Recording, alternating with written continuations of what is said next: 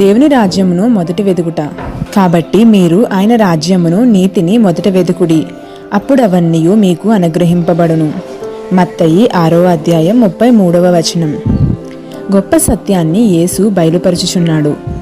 మొదట దేవుని రాజ్యమును వెతికే సత్యాన్ని చాలామంది నమ్మకపోవటను బట్టి శ్రమపడుచు తొట్టుపడుచుంటారు. నీ విధి చేసిన ఎడల నీ వ్యక్తిత్వంలోనే మార్పు వచ్చి నీలో దాగి ఉన్న తలాంతులు బయటకు తేబడతాయి.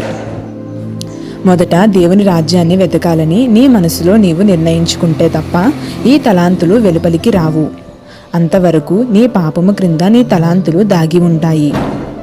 నీవు పరిశుద్ధునిగా నుండవలసి ఉన్నది, కానీ అది మరుగు చేయబడి పాపపు వ్యక్తి కనబడతాడు.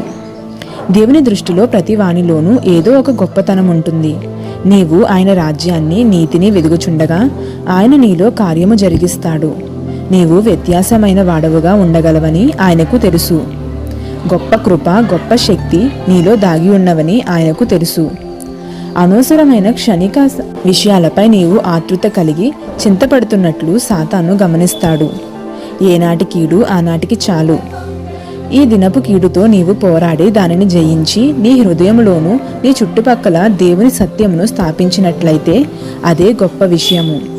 కానీ నీలో రేపటిని గూర్చి అనవసరమైన చింత కలదు. అగస్టీను గొప్ప రచయితని ఎవరికి తెలియదు, కానీ అతని యొక్క తలాంతులు అతని వ్యభిచార జీవితము వలన దాచబడినవి. మేడం గయోన్ తన సౌందర్య పోషణాలతో గడిపినంత కాలము ప్రవచనము అనే దేవుని తలాంతు బయటపడలేదు. ఆర్చి బిషప్పులకు సలహాదారునిగా నుండగలిగినది, కానీ ఈ తలాంతు అంతకు ముందు కనబడలేదు. దేవుడు ఆమెకు మసూచిని పంపాడు. మసూచి వల్ల ఆమె అందమంతా పాడైపోయినప్పుడు దేవుడు ఆమెను ఆదరించాడు. నీలో దాచి ఉంచినవన్నీ బయటకు వచ్చినట్లు మొదట దేవుని రాజ్యాన్ని వెతుకుము.